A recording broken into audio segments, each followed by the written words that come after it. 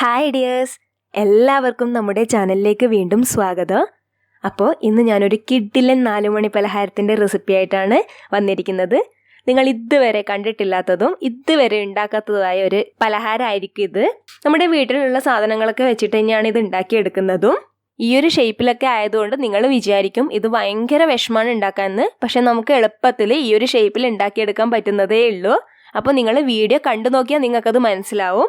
ഇപ്പോൾ ഞാനിവിടെ ഈ ഒരു പലഹാരം ചിക്കൻ ഉപയോഗിച്ചിട്ട് ഷവർമയുടെ ടേസ്റ്റിലാണ് ഉണ്ടാക്കിയെടുക്കാൻ പോകുന്നത്. നിങ്ങൾക്ക് വേണമെങ്കിൽ ഇത് ഏത് രീതിയിൽ ഉണ്ടാക്കാവുന്നതേ ഉള്ളൂ.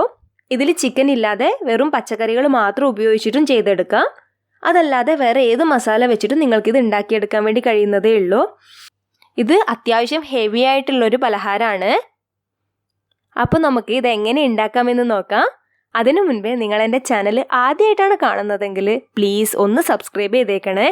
അതിൻ്റെ കൂടെ തന്നെ വീഡിയോ ഇഷ്ടമാവുകയാണെങ്കിൽ ലൈക്ക് ചെയ്യാനും മറക്കരുത്. അപ്പോൾ നമുക്ക് വീഡിയോയിലേക്ക് പോയാലോ. ഈ ഒരു പലഹാരം ഉണ്ടാക്കാനായിട്ട് നമുക്ക് ആദ്യം തന്നെ ഇതിന് വേണ്ട മസാല ഉണ്ടാക്കിയെടുക്കണം. അപ്പോൾ അതിനായിട്ട് നമുക്ക് ചിക്കൻ മാരിനേറ്റ് ചെയ്തെടുക്കാം. ഇപ്പോൾ ഞാനിവിടെ ഒരു 1/4 കിലോ ചിക്കനാണ് എടുത്തിരിക്കുന്നത്. നമുക്ക് ആവശ്യത്തിന് ഉപ്പ് ചേർത്ത് കൊടുക്കാം. അതിലേക്ക് ഒരു 1/4 ടീസ്പൂൺ കുരുമുളക് പൊടിയും ഒരു 1/4 ടീസ്പൂൺ മുളക് പൊടിയും ചേർത്തിട്ട് ഇത് നന്നായിട്ടൊന്ന് മിക്സ് ചെയ്തെടുക്കണം. അപ്പോൾ ഈ ഒരു സ്റ്റെപ്പ് നമ്മൾ മാവ് കുഴയ്ക്കുന്നതിന് മുൻപേ ചെയ്ത് വെച്ചിട്ടുണ്ടെങ്കിൽ അത്രയും സമയം നമ്മൾ ഈ ചിക്കന് മസാല പിടിക്കുന്നതായിരിക്കും. അപ്പോൾ ഇത് നന്നായിട്ട് തന്നെ മിക്സ് ചെയ്ത് വെച്ചിട്ടുണ്ട്. ഇനി നമുക്ക് ഇതിന് വേണ്ട മാവ് കുഴച്ചെടുക്കാം. അതിനായിട്ട് ഞാനിപ്പോൾ ഇവിടെ 1 കപ്പ് മൈദപ്പൊടിയാണ് എടുത്തിരിക്കുന്നത്. ഇതിലേക്ക് നിങ്ങൾക്ക് ആവശ്യത്തിന് ഉപ്പ് ചേർത്ത് കൊടുക്കാം. പിന്നെ ഇതിലേക്ക് 1 ടേബിൾ സ്പൂൺ ഓയിൽ കൂടെ ചേർത്ത് കൊടുക്കാം. ഏത് ഓയിൽ വേണമെങ്കിലും നിങ്ങൾക്ക് ഉപയോഗിക്കാവുന്നതേ ഉള്ളൂ. ഇനി നമുക്കിത് നന്നായിട്ടൊന്ന് മിക്സ് ചെയ്തെടുക്കണം. അപ്പോൾ നന്നായി മിക്സായി കിട്ടിയാൽ നമുക്കിതിലേക്ക് കുറച്ചായി വെള്ളം ഒഴിച്ചിട്ട് ഇത് കുഴച്ചെടുക്കാം. അപ്പോൾ വെള്ളത്തിൻ്റെ അളവ് കൂടി പോകരുത്. ഒന്നിച്ച് തന്നെ ഒരുപാട് വെള്ളം ഒഴിച്ച് കുഴയ്ക്കാതെ കുറച്ചായി ഒഴിച്ച് കുഴച്ചാൽ നിങ്ങൾക്കത് കറക്റ്റ് പരുവത്തിൽ കിട്ടുന്നതായിരിക്കും. അപ്പോൾ ഈ ഒരു മാവിൻ്റെ കൺസിസ്റ്റൻസി എന്ന് പറയുന്നത് ചപ്പാത്തി മാവിൻ്റെ ഒക്കെ സെയിം കൺസിസ്റ്റൻസി തന്നെയാണ്. അപ്പോൾ ആ ഒരു പരുവത്തിൽ നിങ്ങളിത് കുഴച്ചെടുക്കണം. അപ്പോൾ നിങ്ങൾക്കിവിടെ മൈദമാവ് താല്പര്യമില്ല എന്നുണ്ടെങ്കിൽ ഗോതമ്പ് പൊടി ഉപയോഗിക്കാം. അപ്പോൾ ഗോതമ്പ് പൊടിനെ കൊണ്ട് ഉണ്ടാക്കിയാൽ അത് കുറച്ച് സമയം വെച്ച് കഴിഞ്ഞാൽ അതിൻ്റെ ക്രിസ്പിനെസ് ഒക്കെ പോകും. പക്ഷെ മൈദ വെച്ച് ഉണ്ടാകുമ്പോൾ നമുക്ക് കുറച്ചധികം സമയം വെച്ചാലും അത് ക്രിസ്പി ആയിട്ട് തന്നെ ഇരിക്കും. അപ്പോൾ ഈ മാവ് നല്ലവണ്ണം കുഴച്ചിട്ട് സോഫ്റ്റായി വരുന്നത് വരെ നമ്മളിത് കുഴച്ചെടുക്കണം. അപ്പോൾ ഇപ്പോൾ ഇവിടെ മാവ് നന്നായിട്ട് തന്നെ കുഴച്ചെടുത്തിട്ടുണ്ട്. ഈ ഒരു പരുവത്തിലാണ് നമുക്ക് ഈ മാവ് വേണ്ടത്. ഇനി നമുക്കിതൊരു 10 മിനിറ്റ് മാറ്റി വയ്ക്കാം. ഈ ഒരു സമയം നമുക്ക് ഇതിന് വേണ്ട മസാല റെഡിയാക്കി എടുക്കണം. അപ്പോൾ അതിനായിട്ട് നമുക്ക് മാരിനേറ്റ് വെച്ചിരിക്കുന്ന ഈ ചിക്കൻ ഒന്ന് ഫ്രൈ ചെയ്തെടുക്കാം. അതിനായിട്ട് ഓയിൽ ചൂടായി വന്നാൽ നമുക്കതിലേക്ക് ചിക്കൻ ഓരോന്നായിട്ട് ഇട്ട് കൊടുക്കാം. ഈ ഒരു മസാല ഉണ്ടാക്കാനായിട്ട് നിങ്ങൾക്ക് ചിക്കൻ വേവിച്ചിട്ട് വേണമെങ്കിലും ചേർക്കാം. പക്ഷെ കൂടുതൽ ടേസ്റ്റ് ഇതുപോലെ ഫ്രൈ ചെയ്ത് ചേർക്കുന്നതാണ്. അപ്പോൾ 2 സൈഡും നമ്മൾ തിരിച്ചിട്ടിട്ടും ഫ്രൈ ചെയ്തെടുക്കണം. ചിക്കൻ നന്നായി ഫ്രൈ ആയി വന്നാൽ നമുക്കിത് ഓയിലിൽ നിന്നും മാറ്റാവുന്നതാണ്. ഇതേ ഓയിലിൽ തന്നെ നമുക്ക് ഇതിനാവശ്യമുള്ള പച്ചക്കറികളൊന്ന് ജസ്റ്റ് ഒന്ന് ഫ്രൈ ചെയ്തെടുക്കണം. അതിനായി ഞാനിവിടെ എടുത്തിരിക്കുന്നത് ഒരു 1/2 കഷ്ണം സവാള ചെറുതായി മുറിച്ചതാണ്. പിന്നെ ഒരു 1/2 കഷ്ണം തക്കാളി, പിന്നെ ചെറിയൊരു കഷ്ണം ക്യാബേജ് ചെറുതായി മുറിച്ചത്, പിന്നെ ഒരു ക്യാരറ്റിൻ്റെ ചെറിയൊരു കഷ്ണം, പിന്നെ ഒരു 1/2 ക്യാപ്സിക്കം ചെറുതായി മുറിച്ചത്. അപ്പോൾ ഇത് ഓരോന്നായിട്ട് നമുക്ക് ഈ എണ്ണയിലേക്ക് ഇട്ട് കൊടുക്കാം. അപ്പോൾ ഈ പച്ചക്കറികളൊന്നും നമ്മൾ നല്ലവണ്ണം വഴറ്റിയെടുക്കേണ്ട ആവശ്യമില്ല. ജസ്റ്റ് ഒന്ന് വാടി വന്നാൽ മതി.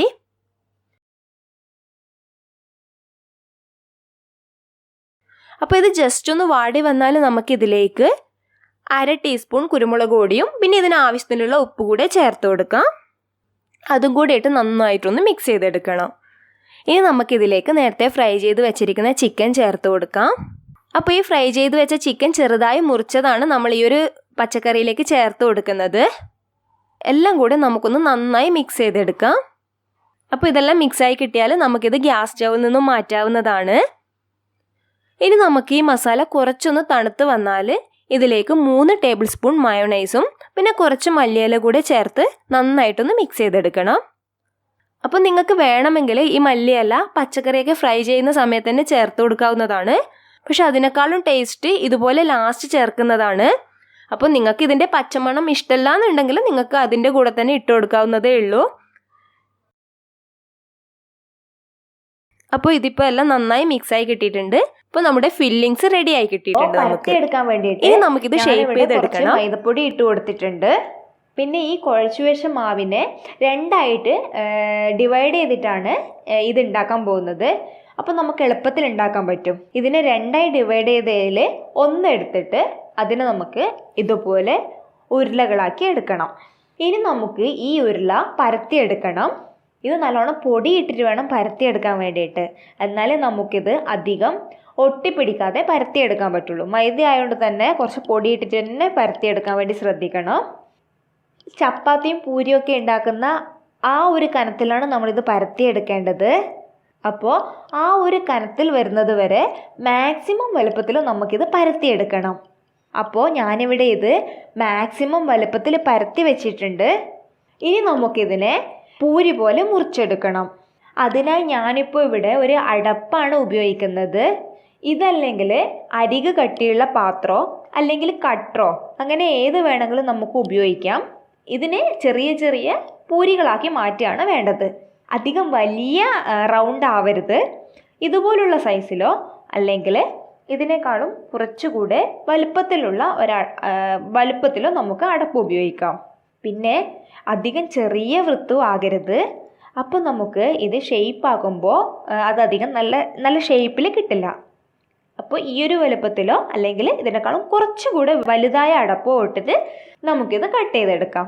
ഇതിൽ നിന്ന് നമുക്ക് എത്രത്തോളം റൗണ്ട്സ് കിട്ടുമോ അത്രയും നമ്മൾ കട്ട് ചെയ്തെടുക്കാം. ഈ ബാക്കിയുള്ള മാവ് കളയേണ്ട ആവശ്യമില്ല. ഇത് നമുക്ക് വീണ്ടും ഉരുളകളാക്കിയിട്ട് നമുക്ക് പരത്തിയിട്ട് ഇതുപോലെ കട്ട് ചെയ്തിട്ടെടുക്കാം.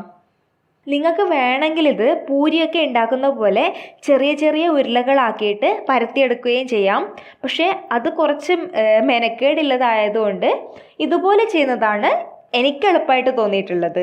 അപ്പോൾ ഞാനിവിടെ എല്ലാ മാവും ഇതുപോലെ മുറിച്ച് വെച്ചിട്ടുണ്ട്.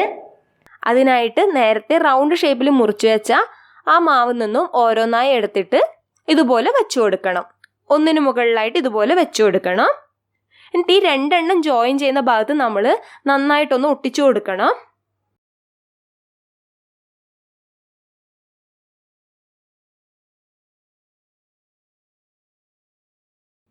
ഇനി നമുക്കിതിൻ്റെ നടുഭാഗത്ത് ഇതുപോലെ നേരത്തെ തയ്യാറാക്കിയ മസാല വെച്ചു കൊടുക്കാം.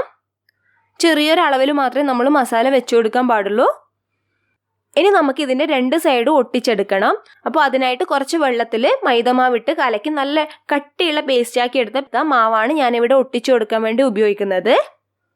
അങ്ങനെ ആകുമ്പോൾ നമുക്കിത് നന്നായിട്ട് തന്നെ ഒട്ടി കിട്ടും. കൈ വെച്ചിട്ടൊന്ന് നന്നായിട്ടൊന്ന് ഇത് പ്രസ് ചെയ്ത് കൊടുക്കുക. ഇതിൻ്റെ രണ്ടറ്റവും നന്നായിട്ട് തന്നെ ഒട്ടിയിട്ടുണ്ടാവണം.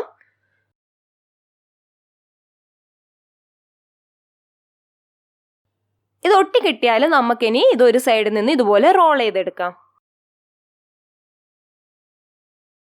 എന്നിട്ട് ഇതിൻ്റെ മറ്റേ അറ്റത്ത് കൂടെ നമുക്ക് ഈ മാവൊന്ന് കുറച്ചാക്കിയിട്ട് ഇത് ഒട്ടിച്ചെടുക്കണം. ഇപ്പോൾ ഇത് നമുക്ക് റോസ് പൂവിൻ്റെ ഷേപ്പിൽ കിട്ടിയിട്ടുണ്ട്. ഇനി നമുക്ക് ഇതുപോലെ തന്നെ ബാക്കിയുള്ളതൊക്കെ ഉണ്ടാക്കിയെടുക്കാം. അപ്പോൾ എല്ലാം ഇവിടെ റെഡിയാക്കി വെച്ചിട്ടുണ്ട്. ഇനി നമ്മളിത് ഫ്രൈ ചെയ്തെടുക്കാനാണ് പോകുന്നത്. അതിനായിട്ട് ഓയിൽ നന്നായി ചൂടായി വന്നാൽ നമുക്കത് ഓയിലിലേക്ക് ഇട്ട് കൊടുക്കാം. ഓയിൽ നന്നായി ചൂടായി വന്നതിന് ശേഷം മീഡിയം ഫ്ലെയിമിലാക്കിയിട്ട് വേണം നമ്മളിത് ഓരോന്നായിട്ട് ഇട്ട് കൊടുക്കാൻ വേണ്ടിയിട്ട്.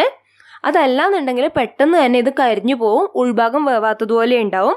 അപ്പോൾ മീഡിയം ഫ്ലെയിമിൽ കുറച്ചധികം സമയം ഫ്രൈ ചെയ്തെടുത്താൽ ഇതിൻ്റെ ഉൾഭാഗം വെന്ത് കിട്ടുള്ളൂ. അപ്പോൾ ഒരു ഭാഗം ഫ്രൈ ആയി കിട്ടിയാൽ, ഒരു ഭാഗം നന്നായിട്ട് ഫ്രൈ ആയി കിട്ടിയാൽ നമുക്കിത് തിരിച്ചിട്ട് കൊടുക്കാം. അപ്പോൾ രണ്ട് ഭാഗവും നന്നായിട്ട് തന്നെ നിങ്ങൾ ഫ്രൈ ചെയ്തെടുക്കണം. സാധാരണ സ്നാക്സ് ഒക്കെ ഉണ്ടാക്കുന്ന പോലെ ആ ഒരു ഗോൾഡൻ ബ്രൗൺ കളർ ആവുന്നത് വരെ തന്നെ നിങ്ങൾ ഫ്രൈ ചെയ്തെടുക്കാൻ വേണ്ടി പ്രത്യേകം ശ്രദ്ധിക്കണം. എന്നാൽ മാത്രമേ ഇതിൻ്റെ ഉൾഭാഗം വെന്ത് കിട്ടുള്ളൂ. അപ്പോൾ ഇതിപ്പോൾ ഇവിടെ ഫ്രൈ ആയി കിട്ടിയിട്ടുണ്ട്. ഇനി നമുക്കിത് ഓയിലിൽ നിന്നും മാറ്റാവുന്നതാണ്. ഇതുപോലെ ബാക്കിയുള്ളതൊക്കെ ഫ്രൈ ചെയ്തെടുക്കാം. അപ്പോൾ ഇത് ഈസി ആയിട്ട് ഉണ്ടാക്കാൻ പറ്റുന്നതേ ഉള്ളൂ. നിങ്ങൾ ഒരു തവണ ട്രൈ ചെയ്ത് നോക്കിയാൽ നിങ്ങൾക്കത് മനസ്സിലാവും. അപ്പോൾ എല്ലാവരും എന്തായിട്ടും ട്രൈ ചെയ്ത് നോക്കുക. അടിപൊളി ടേസ്റ്റുമാണ് ഈ ഒരു പലഹാരത്തിന്. അപ്പോൾ എല്ലാവരും എന്തായിട്ടും ട്രൈ ചെയ്ത് നോക്കണം. ട്രൈ ചെയ്ത് നോക്കിയിട്ട് നിങ്ങളുടെ അഭിപ്രായം കമൻറ്റ് ബോക്സിൽ പറയാൻ മറക്കരുത്. അതുകൂടാതെ വീഡിയോ ഇഷ്ടപ്പെട്ടിട്ടുണ്ടെങ്കിൽ പ്ലീസ് ലൈക്ക് ചെയ്യാനും മറക്കരുത്. അപ്പോൾ നമുക്ക് അടുത്ത വീഡിയോയിൽ കാണുന്നത് വരേക്കും ബൈ ബൈ.